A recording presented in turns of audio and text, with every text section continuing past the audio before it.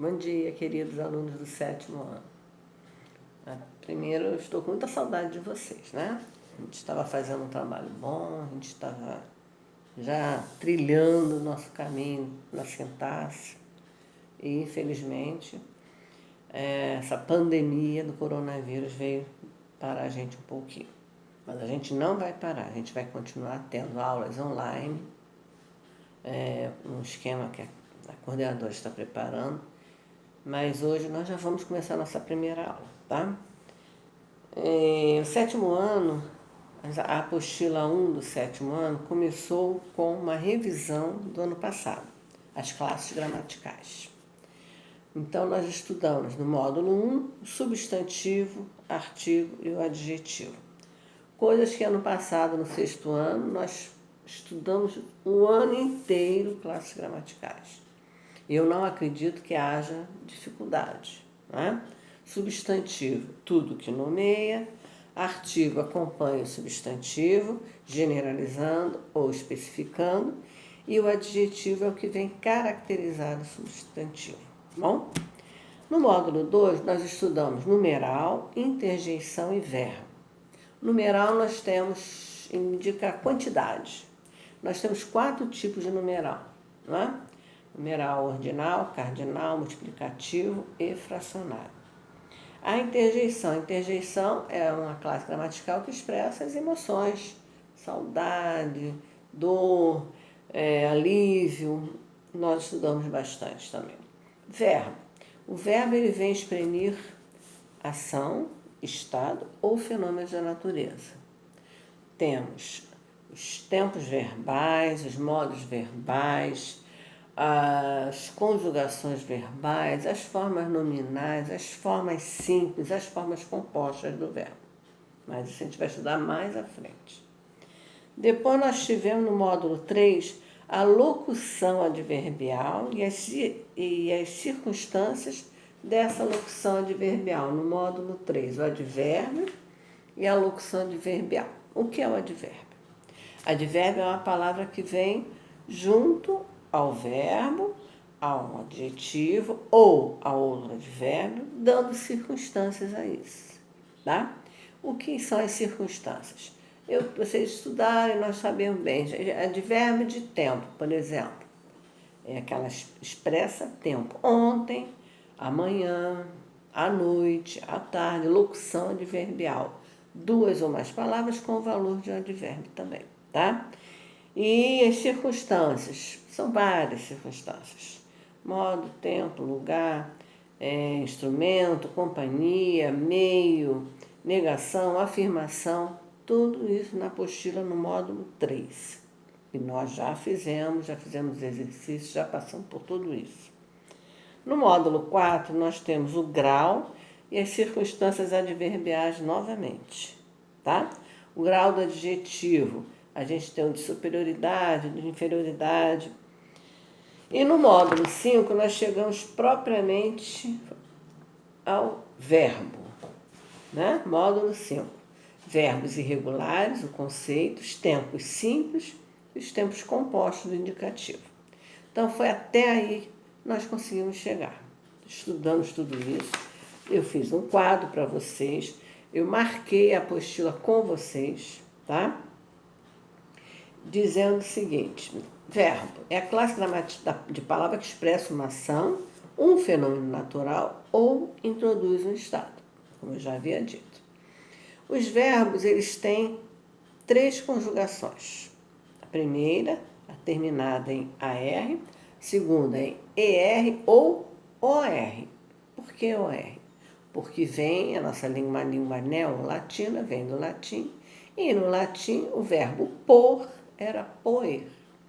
Então, o verbo por e todos os seus derivados são de segunda conjugação também. E terceira conjugação, os verbos terminados em IR. Bom? E, então, aqui na página 77 da apostila, nós vemos verbos regulares.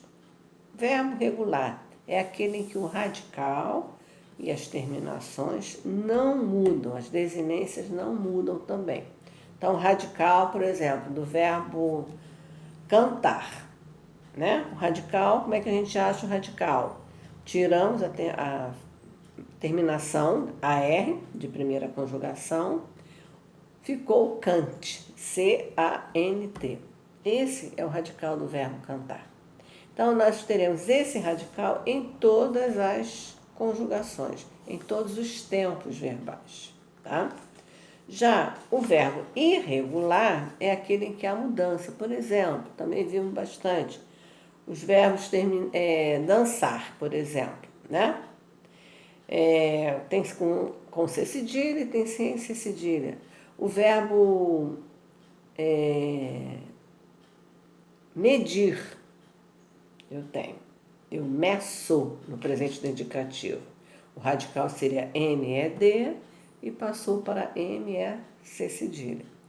Então, esses verbos em que o radical ou as desinências verbais sofrem alterações são chamados de verbos irregulares. Na página 78 da apostila, nós temos aqui, marcamos já também, por exemplo, verbo ter, presente no indicativo, eu tenho, pretérito perfeito, eu tive, pretérito imperfeito, eu tinha. Olha, o radical mudou nos 3 tempos. Então, é um verbo muito irregular. O verbo ser, o verbo haver, todos eles nós estudamos detalhadamente, tá bom? Aí, verbos irregulares no presente do indicativo. De primeira conjugação, tem verbos terminados em EAR. Por exemplo, aqui na apostila tem verbo nomear, né? Então, o radical seria nome. Eles vão sofrer mudanças. Olha lá, eu nomeio. O O é a desinência de primeira pessoa do singular, do presente no indicativo. Então, o radical passou a ser nomeie. Então, já mudou, tá? Depois nós temos na página 81 verbos de segunda conjugação que sofreram. Por exemplo, verbo crer, verbo ler, eu leio. Já mudou o radical. Seria L de ler, virou lei. Já mudou, tá? Terceira conjugação, temos exemplo. Verbo vestir. Vestir seria veste. Então, presente no indicativo, eu visto, já mudou. Então, os verbos irregulares, nós marcamos todos eles aqui. E há uma gama de verbos irregulares na nossa língua, tá? E mudam ou no radical ou também na terminação. Por exemplo, o verbo dar. Presente do indicativo, normalmente, a terminação de primeira pessoa, eu falo, tu falas, tá? O as, desinência de presente do indicativo. Mas o verbo dar, presente do indicativo, eu dou, tu dás. Também, olha a mudança na desinência. Então, é um verbo irregular pela mudança também na desinência. Depois nós fomos a análise legal, assim, bem explicada do verbo ter, do verbo dar, do verbo haver, que a gente acha que é um verbo super irregular, eu já sempre falei isso com vocês, né? E verbos que não tem todas as pessoas, na página 87 da apostila, tá?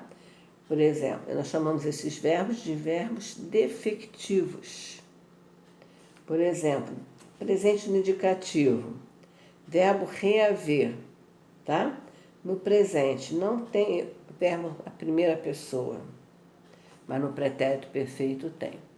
Então, são verbos chamados defectivos, porque não tem todas as pessoas. Depois chegamos aos verbos compostos. Nós, ano passado, tivemos eu falei para vocês que eu iria comentar com vocês. Nós fizemos alguns exercícios, inclusive caiu em um teste, uma prova, tempo composto, mas agora nós vamos estudar mais a fundo, tá? O tempo composto, ele é composto por quê? Tem o verbo auxiliar e o verbo principal. Verbo auxiliar, ter ou haver, tá? E o verbo principal vai vir no particípio, sempre. Então, quando eu digo que eu tenho pretérito perfeito composto, eu tenho que colocar o meu verbo auxiliar no presente do indicativo. Por exemplo, eu tenho feito, eu tenho estudado, eu tenho lido. Então, verbo auxiliar, ter ou haver, no presente do indicativo, eu tenho o verbo pretérito perfeito composto do indicativo. Já o pretérito mais que perfeito composto do indicativo, ele é formado pelo verbo auxiliar, ter ou haver, no pretérito imperfeito, mais o particípio do verbo principal. Então, por exemplo, eu tinha lido, eu tinha estudado, eu havia feito. Futuro do presente composto, o verbo auxiliar, ter ou haver, estará no futuro do presente. Eu terei lido, eu terei possuído, eu terei estudado. E o pretérito imperfeito, o verbo auxiliar, ter ou haver, irá também para o futuro do pretérito. Então, futuro do pretérito composto, os auxiliares, ter ou haver, irão para o futuro do pretérito. E o verbo principal, particípio sempre. Então, eu teria estudado, eu teria lido. Tá? Então, esses são os principais tempos compostos que a gente está vendo. Do indicativo. Depois eu passei para vocês um exercíciozinho aqui na apostila. E na página, no módulo 6, na página 94, nós teremos os outros verbos, tá bom? Então, eu vou parar essa aulinha por aqui. Na próxima aula, eu vou fazer com vocês o módulo 6. Nós vamos marcar as partes principais para ficar tudo sem dúvida.